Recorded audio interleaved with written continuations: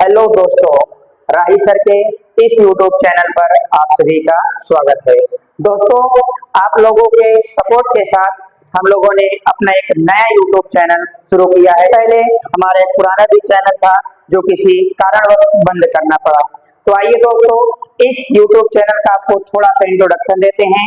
आपको इस YouTube channel पर PCM से रिलेटेड क्लास 10 एंड 12 के सारे वीडियो आपको प्लेलिस्ट में प्राप्त होंगे। आज पहली शुरुआत हम करते हैं क्लास 12 की फिजिक्स खंड 4 से इकाई 1 से, जिस इकाई का नाम है स्थिर वैद्युतिकी। ये क्लास 12 का टॉपिक है। देखिए, बात करते हैं स्थिर वैद्युतिकी, यानी कि यहाँ पर हम वैद्युत के बारे में अर्थात करंट के बारे में पढ़ते हैं, इलेक्ट्रिसिटी के बारे में पढ़ते हैं। यहाँ पर इकाई 1 में हम जो भी वैद्युत पढ़ेंगे वह स्थिर होगा। स्थिर यानी कि आप जानते हैं रुका हुआ आवेश। अतः हमें इसमें आवेश को एक जगह से दूसरे जगह तक ले जाने के लिए कुछ ना कुछ कार्य करना पड़ेगा। ठीक, तो स्थिर वैद्युतिकी इकाई 1 हमारी, इसमें हम पहला चैप्टर देखते हैं कूलाम का नियम तथा वैद्युत क्षेत्र। तो दोस्तों, इस चैनल पर आपको ज्यादा फालतू की चीजें ना देकर डायरेक्ट आपके एग्जाम को देखते हुए हम तैयारी आपको करा रहे हैं 2024 टू 25 की। इसमें हम आपको डायरेक्ट मोस्ट इंपॉर्टेंट क्वेश्चन की श्रेणियां प्राप्त कराएंगे और आपको इंपॉर्टेंट क्वेश्चन यहाँ पे दिए जाएंगे। आइए शुरू करते हैं। तो हम सबसे पहला अपना एक खास और पहले ही इकाई का पहला इंपॉर्टेंट चैप्टर यहाँ पे शुरू करते हैं, जिसका नाम है कूलाम का नियम यानी कि कूलाम्स लॉ। देखिए दोस्तों, कूलाम का नियम। दोस्तों, बात करते हैं कूलाम के नियम की। कूलाम का नियम हमारे फ्रांस के वैज्ञानिक थे। कहाँ के? फ्रांस के। फ्रांस के वैज्ञानिक थे। कूलाम जी का पूरा नाम देखें, इनका पूरा नाम था चार्ल्स अंगस्टीन ओम। चार्ल्स अंगस्टीन ओम। इन्होंने सन 1785 ईस्वी को दो स्थिर बिंदु आवेशों के बीच लगने वाले बल के संबंध में अपना एक नियम दिया था, जिसे कूलाम का नियम कहते हैं। स्थिर बिंदु यहाँ पे क्यों कहा जा रहा है? हमने कहा कि आप इकाई 1 में जो भी पढ़ेंगे वो क्या होगी? स्थिर वैद्युतिकी। वो क्या होगी? स्थिर वैद्युतिकी। चलिए यहाँ पर हम बात करते हैं। तो चार्ल्स अंगस्टीन ओम, ओम यहाँ पे नहीं रहेगा, कूलाम रहेगा। कूलाम जी ने दिया था अपना नियम, यहाँ पर कूलाम रहेगा। चार्ल्स अंगस्टीन कूलाम ने, तो यहाँ पर चार्ल्स अंगस्टीन कूलाम ने जो अपना नियम दिया वह दो स्थिर बिंदु आवेशों के बीच लगने वाले बल के संबंध में अपना नियम प्रतिपादित किया था। दोस्तों, यहाँ पर आपको डायरेक्ट डेरिवेशन कराए जाएंगे, थ्योरी जो भी आपको बताई जाएगी। यदि आपको हस्तलिखित नोट प्राप्त करनी है तो आप उन्हें फॉलो कर सकते हैं हमारी इंस्टा आईडी राही सर 5587 पर, जहां पर आपको फॉलो करने पर प्राप्त होगी हस्तलिखित नोट्स। वहां पे आप हस्तलिखित नोट्स प्राप्त कर लीजिए, क्योंकि यहाँ पर समय को ज्यादा ना लेकर के पूरी काम की चीज यहाँ पर बताई जा रही है। तो आइए कूलाम का नियम कहता क्या है, कूलाम के नियम को समझते हैं। कूलाम जी कहते हैं कि किन्हीं दो स्थिर बिंदु आवेशों के मध्य, मान लीजिए कि हमारे पास कोई दो बिंदु आवेश है, हमारे पास कोई दो बिंदु आवेश है, एक है बिंदु आवेश ए और एक बी। बिंदु ए पर हमारा एक आवेश है क्यों, और बिंदु बी पर भी हमारा एक आवेश क्यों। इसको हम Q1 मान लेते हैं, इसको हम Q2 मान लेते हैं। ये एक दूसरे से अल्प दूरी r मीटर पर स्थित हैं। ये एक दूसरे से r मीटर की दूरी पर स्थित हैं। तो कूलाम जी ने यहाँ पर क्या कहा कि किन्हीं स्थिर बिंदु आवेशों के बीच लगने वाले बल का मान। अच्छा एक चीज देखो, जो स्थिर बिंदु आवेश होगा उसके बीच जो बल कार्य करेगा वो दो तरीके से हो सकता है, या तो प्रतिकर्षण होगा या तो आकर्षण होगा। तो यहाँ पर प्रतिकर्षण बल भी कार्य कर सकता है, यहाँ पर आकर्षण बल भी कार्य कर सकता है। इतनी बात आई समझ में? चलिए आगे देखिए, उन्होंने क्या बताया कि दो स्थिर बिंदु आवेशों के बीच जो बल लगता है उन दोनों बलों के गुणनफल के समानुपाती तथा उनके बीच की दूरी के वर्ग के व्युत्क्रमानुपाती होता है। उन दोनों बलों के, उन दोनों आवेशों के गुणनफल के समानुपाती तथा उनके बीच की दूरी के वर्ग के व्युत्क्रमानुपाती होता है। दोस्तों यहाँ पर आपको दो शब्द थोड़ा अटपटे लग रहे होंगे। हमने यहाँ पर आपके सामने इस्तेमाल किया समानुपाती और हमने आपके सामने यहाँ पर इस्तेमाल किया अनुक्रमानुपाती। देखिए समानुपाती को ही क्या कहा जाता है, अनुक्रमानुपाती, और इसके साथ हम एक चीज यहाँ पर देखेंगे व्युत्क्रमानुपाती। आइए इनका मतलब समझते हैं। अगर आपसे कभी समानुपाती बोले या कभी व्युत्क्रमानुपाती बोले, सॉरी अनुक्रमानुपाती बोले, तो यह याद रखिएगा ये दोनों चीज तो पहले एक है, चाहे समानुपाती हो चाहे अनुक्रमानुपाती हो। इनमें जैसे कहा कि ए जो है वो बी के समानुपाती है या अनुक्रमानुपाती है, तो आप कुछ नहीं करेंगे, आप लिखेंगे ए डायरेक्टली प्रोपोर्शनल टू बी। इसी चीज में इस सिंबल को डायरेक्टली प्रोपोर्शनल बोला जाता है। लेकिन यहाँ पर यदि बोला गया होता है कि ए जो है वो बी के व्युत्क्रमानुपाती है, तो हम क्या इस्तेमाल करते हैं, हम यहाँ पर लिखते हैं ए इनडायरेक्टली प्रोपोर्शनल 1/b, यानी कि जो चीज उसका व्युत्क्रमानुपाती होगा उसे हम 1/, में इस्तेमाल करेंगे। यदि अनुक्रमानुपाती है तो हम डायरेक्टली प्रोपोर्शनल बोलेंगे, और यदि व्युत्क्रमानुपाती है तो हम इनडायरेक्टली प्रोपोर्शनल बोलेंगे। तो ये छोटी छोटी चीजें थी जो आपको यहाँ पर बताई गई। अब आइए हम अपने मेन टॉपिक पे चलते हैं, कूलॉम लॉ पर, और इनका व्यंजक प्राप्त करते हैं। तो देखिएगा यहाँ पर इनका व्यंजक प्राप्त करने के लिए हमें इनके डिफिनेशन की भी मदद लेनी पड़ेगी और आगे कई कार्यों को भी करना पड़ेगा। तो आगे देखते हैं। यहाँ पर बात करते हैं कूलॉम के नियम की। कूलॉम का नियम, हम यहाँ पर ज्यादा चीज ना पुटअप करके डायरेक्ट आते हैं। इन्होंने अपने डिफिनेशन में बताया कि कूलॉम के नियमानुसार किसी दो स्थिर बिंदु आवेशों के बीच कार्य करने वाला आकर्षण बल या प्रतिकर्षण बल, उन दोनों आवेशों के गुणनफल के क्या था, अनुक्रमानुपाती। यानी कि कूलॉम के नियम के अनुसार हम पहला व्यंजक जो बनाएंगे वो F जो होगा वो डायरेक्टली प्रोपोर्शनल किससे हो जाएगा, Q1 into Q2। हमने यही शब्द इस्तेमाल किया था कि दोनों आवेशों के गुणनफल के अनुक्रमानुपाती कौन होता है, बल। ठीक, इसको मान लेते हैं इक्वेशन नंबर फर्स्ट।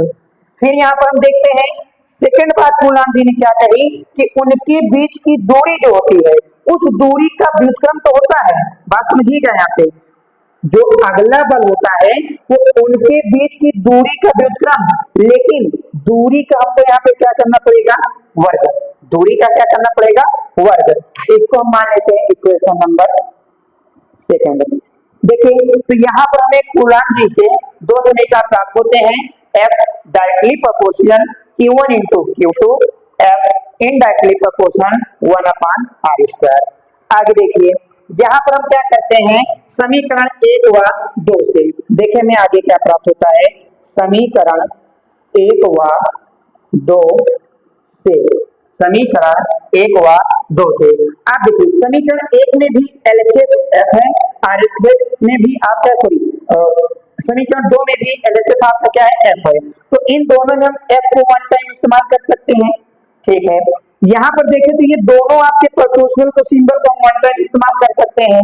ठीक है, ऊपर हमको क्या मिला, ऊपर हमको मिला Q1 Q2 और बटे में नीचे हमको क्या मिला, r²। तो नीचे में यहाँ पे क्या लिखेंगे, r²। इतनी बात समझ में आई, फिर से समझिए एक बार। हमने क्या किया, समीकरण 1 और 2 को मिक्स किया या कह सकते हो संयुक्त किया, और इसमें हमने F 2 टाइम्स था, इसको 1 टाइम्स लिखा। प्रोपोर्शनल हमने वैसे एक बार लिख दिया, Q1 Q2 ऊपर था वैसे लिख दिया, r² नीचे था हमने वैसे लिख दिया। क्लियर है, आगे देखिए। अब आपने अगर पढ़ा होगा 10 में 11 में तो आपने ये चीज देखा होगा कि कभी प्रोपोर्शनल का मार्क होता है तो हटता है, तो यहाँ पर क्या हो जाएगा, F बराबर प्रोपोर्शनल का मार्क हटने से एक नियतांक आता है। ठीक, यहाँ पर हम वो नियतांक क्या लिखेंगे, K। देखिए ज्यादातर नियतांक K ही आता है, ज्यादातर जो कांस्टेंट वैल्यू नियतांक मानते हैं वो के ही आता है। बाद में के की वैल्यू को रखी जाती है या वहां पर के का कोई नाम हो जाता है, या जहां के नहीं आता वहां पर कोई एक फिक्स नियतांक होता है जो उस चीज के लिए आता ही आता है। ठीक, चलिए यहाँ पर देखते हैं आगे। तो आपने प्रोपोर्शनल का मान कितना इक्वल आ गया और एक नियतांक आ गया। उसके बाद हमारा इंटू में साथ में बचा क्या है, Q1 Q2 और बटे में आर स्क्वायर। अब देखिए, आप अगर नियतांक लाएंगे तो आपको इसके बारे में बताना ही पड़ेगा कि के है क्या। तो आप यहाँ पे लिखेंगे कि जहां जहां के एक समानुपाती नियतांक है। हम अभी के लिए के को केवल क्या कह रहे हैं, समानुपाती नियतांक। के हमारे क्या हो गया, समानुपाती नियतांक। इसमें अगर यहाँ पे हम बात करें तो जो के का मान हमको रखना होता है वो होता है के बराबर 1/4 पाई एप्सिलॉन नॉट। के का मान कितना होता है, 1/4 पाई एप्सिलॉन नॉट। इस वैल्यू को हम ला करके इसमें पुट करते हैं। ठीक है, यहाँ पर हमको क्या मिल जाएगा, f बराबर के मान को हटाएंगे तो ये होगा 1/4 पाई एप्सिलॉन नॉट इनटू में, ये हमने के का मान रख दिया, इनटू में हमारे पास क्या बचा, Q1 Q2 अपान में आर स्क्वायर। तो ये जो हमें व्यंजक प्राप्त होता है यही व्यंजक क्या कहलाता है, कूलॉम के नियम का समीकरण भी आप इसे कह सकते हैं। देखिए यहाँ पे बात को एक बार ध्यान समझिएगा, हमने निकाला बल था इसलिए हमने इसके मात्रक न्यूटन का भी यहाँ पे इस्तेमाल किया। हालांकि अगर आप यहाँ पर इतना भी एग्जाम में करके चले आते हैं तो कोई दिक्कत नहीं है। एक बार इतनी चीज को मोटे मोटे शब्दों में समझा जाए तो कूलॉम जी ने हमें क्या बताया कि किन्हीं दो स्थिर बिंदु आवेशों के बीच लगने वाले आकर्षण अथवा प्रतिकर्षण बल का मान उन दोनों आवेशों के गुणनफल के अनुक्रमानुपाती तथा उनके बीच की दूरी के वर्ग के व्युत्क्रमानुपाती होता है।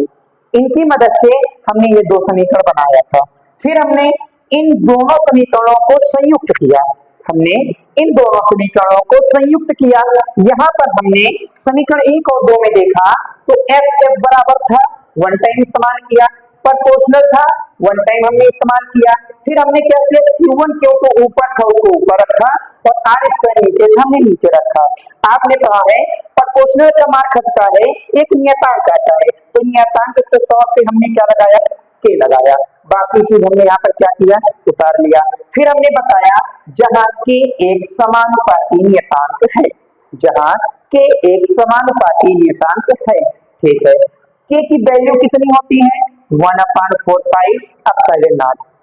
के की वैल्यू कितनी होती है, 1/4 पाई एप्सिलॉन नॉट। फिर उसके बाद यहाँ पे आपको जो टोटली बन के आता है वो आता है f बराबर 1/4 pi epsilon naught into Q1 Q2 upon r square. ये हमें क्या होता है, प्राप्त हो जाता है। अब देखिए यहाँ पर हमने कुछ चीजें जानी, हमने कहा इतना अगर बताना चाहे तो आप एग्जाम में इतना भी करके आ सकते हैं।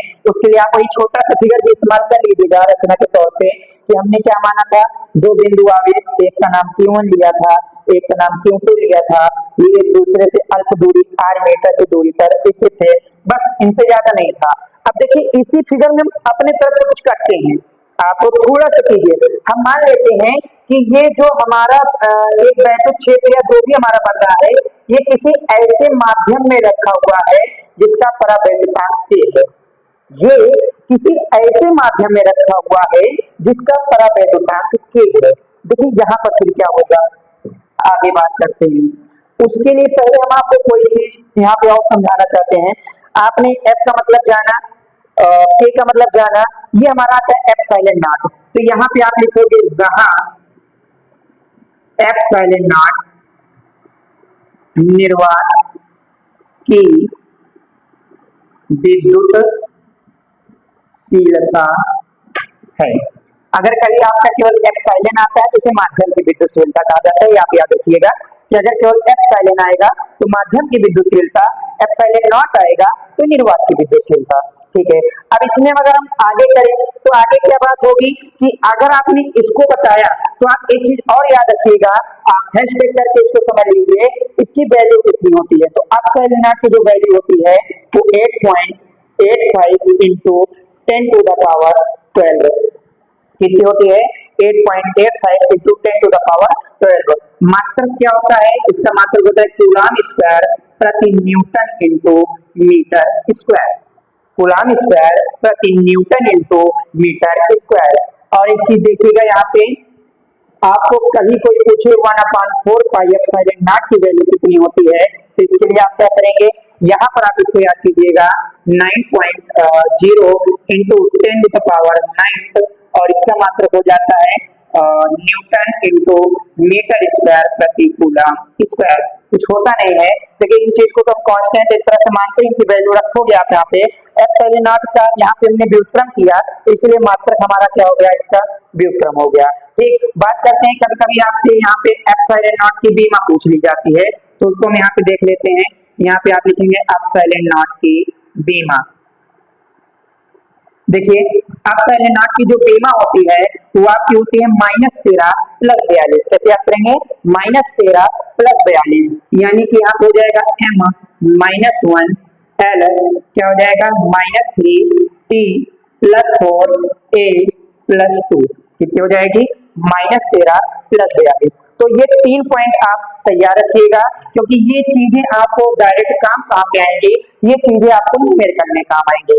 रही बात बीमा की, हो सकता है ऑब्जेक्टिव में आपसे पूछ लिया जाए, आपके लिए इसलिए यहाँ पे बताया गया। अब हम बात करते हैं, हमने यहाँ पे बात की थी कि हमारे पास जो माध्यम था, अब मान लेते हैं एक ऐसे माध्यम में रख दिया जाता है जिसका परावैद्युतांक क्या है k, तब क्या होगा। तो यहाँ पे आप एक पॉइंट करके नया फॉर्मूला बताएंगे, आप यहाँ पे लिखेंगे कि अन्य माध्यम के लिए, अन्य माध्यम के लिए, अन्य माध्यम के लिए, अन्य माध्यम के लिए कुछ आपका होता नहीं है।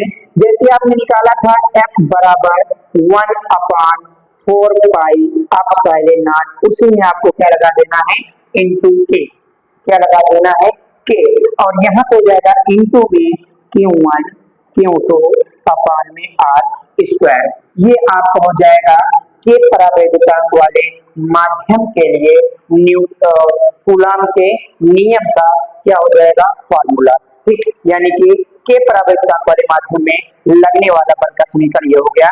आप चाहें तो यहाँ पर f के साथ m भी लगा सकते हैं, क्योंकि आप इसको एक मीडियम के लिए बता रहे हैं, एक माध्यम के लिए बता रहे हैं, तो आप fm भी लिखते हैं तो कोई दिक्कत वाली बात नहीं है। और यहाँ पर आप याद रखिएगा कि जो आपका के होता है, ये आपका के जो होता है ये परावैद्युतांक माध्यम होता है, परावैद्युतांक माध्यम, के को क्या कहा जाता है परावैद्युतांक माध्यम। देखिए यहाँ पे एक बार आप एक बात याद रखिएगा कि हम जब भी यहाँ पर इसको करेंगे तो अगर सवाल में हमें के की वैल्यू दी गई है तो अच्छी बात है, के की वैल्यू न दिए जाने पर हम परावैद्युतांक का मान 1 मानते हैं। याद रखिएगा के की वैल्यू न दिए जाने पर हम परावैद्युतांक का मान 1 मानते हैं, यानी कि के बराबर क्या रखेंगे 1, और जब के बराबर 1 रख देंगे पुनः हमें प्राप्त क्या हो जाएगा, माध्यमहीन में बल का फार्मूला प्राप्त हो जाएगा। और यहाँ पर आपको ये जो 3 पॉइंट बताए गए हैं इन्हें आप पीटीआर में याद रखिएगा, ये 3 पॉइंट आप पीटीआर में याद रखिएगा, यानी कि पॉइंट टू रिमेंबर।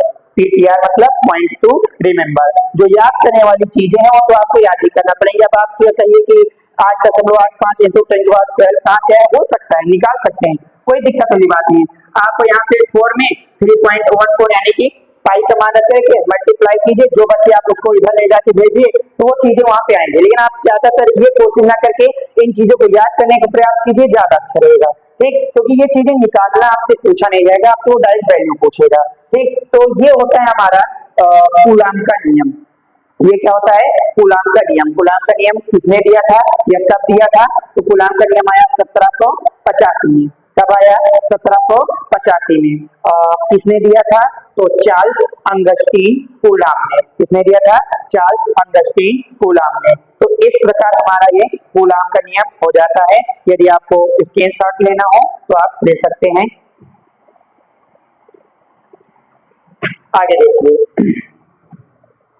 यहाँ पर आपको आज जो समझाया गया वो आपका कूलाम का नियम था। यदि आपको पूरा पढ़ना है, विस्तार से पढ़ना है, क्योंकि हमने डायरेक्ट आपकी अगर देखी जाए तो आपको ना आवेश की परिभाषा बताई, ना आवेश के प्रकार बताए, ना आवेश का क्वांटीकरण बताया गया, ना आवेश के गुण बताए गए, ना आवेश की प्रकृति बताई गई, ये चीजें हमने नहीं बताई आपको। हमने डायरेक्ट क्या किया, तो हमने अपने हिसाब से एग्जाम बेस्ड एक इंपॉर्टेंट क्वेश्चन उठाया। हमने क्या किया था, एग्जाम बेस्ड एक इंपॉर्टेंट क्वेश्चन उठाया था।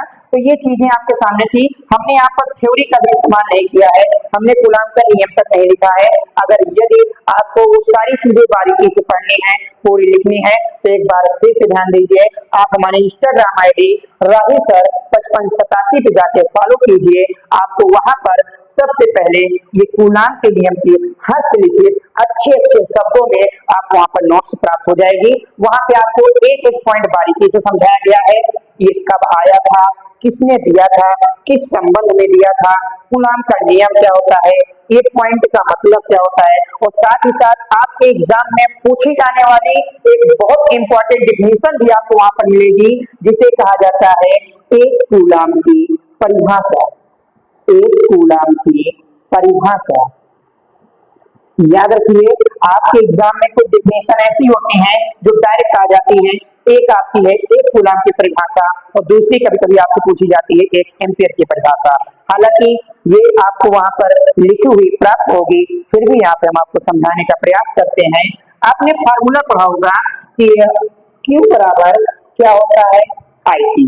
Q बराबर क्या होता है, IT। तो हम कह सकते हैं कि यदि किसी चालक में 1 एम्पियर की धारा 1 सेकंड तक प्रवाहित हो रही है, क्या कहते हैं, किसी चालक में 1 एम्पियर की धारा 1 सेकंड तक प्रवाहित हो रही है, यहीं से परिभाषा बनेगी। ध्यान दीजिएगा, आप क्या कहेंगे कि यदि किसी चालक में 1 एम्पियर की धारा 1 सेकंड तक प्रवाहित होती है, तो उस चालक में 1 कूलाम का आवेश उत्पन्न होगा। अब यहाँ पे आप पुटअप करेंगे तो आपको क्या हो जाएगा, Q बराबर 1 मल्टीप्लाई 1 दोनों को मानेंगे, तो Q बराबर आपका क्या हो जाएगा, 1 1 जा 1, और आवेश का मात्रक क्या हो जाएगा, कूलाम। आवेश का मात्रक क्या हो जाएगा, कूलाम। तो यहाँ पर इस प्रकार आप एक कूलाम की परिभाषा भी दे सकते हैं कि यदि किसी चालक में 1 एम्पियर की धारा 1 सेकंड तक प्रवाहित की जाती है, तो उस चालक में 1 कूलाम का आवेश उत्पन्न होगा, जिसे एक कूलाम की परिभाषा कहते हैं, या जो एक कूलाम आपका कहलाता है। सीधी बात है। तो इस प्रकार ये हमारा आज का टॉपिक रहता है। यदि आपको इसमें कुछ चीजें ना समझ में आई हो तो आप बताइएगा, और कुछ गलतियां हुई हो तो उसके लिए माफ कीजिएगा, क्योंकि ये हमारा आज का पहला वीडियो है, उतना खास समझ में नहीं आ रहा है आपको क्या कैसे किया जाए। फिर भी पूरी कोशिश थी हमारी समझाने की। यदि हमने आपको थोड़ा जल्दी समझाया हो या थोड़ा धीरे बोला हो, तो जो भी कमियां रही हो आप बताइएगा। गलतियां मनुष्य से ही होती हैं, आप बताएंगे, हम गलतियों में सुधार करेंगे, वो हम पूरा प्रयास करेंगे। साथ ही साथ आपको बता दिया जाए, यदि यह वीडियो हमारे क्लास 10 के विद्यार्थी, 9 के विद्यार्थी, 11 के विद्यार्थी जो भी देख रहे हैं, यदि उनको भी अपनी अपनी क्लास के इंपॉर्टेंट क्वेश्चन चाहिए, या जिस भी सब्जेक्ट का उनको चाहिए, PCM ही नहीं, जिस भी सब्जेक्ट का उनको वीडियो चाहिए, वो कमेंट कर सकते हैं। तो यहाँ पर ये रहा आपका कूलाम का नियम। थैंक यू सो मच दोस्तों। अब हम आपसे मिलेंगे एक अगले वीडियो में, एक इंपॉर्टेंट, एक नए अंदाज में, एक नए टॉपिक के साथ। जो भी आपको नया वीडियो चाहिए, जिस सब्जेक्ट से रिलेटेड, आप कमेंट कर सकते हैं। गलतियां जो होगी बताइएगा। Thank you so much.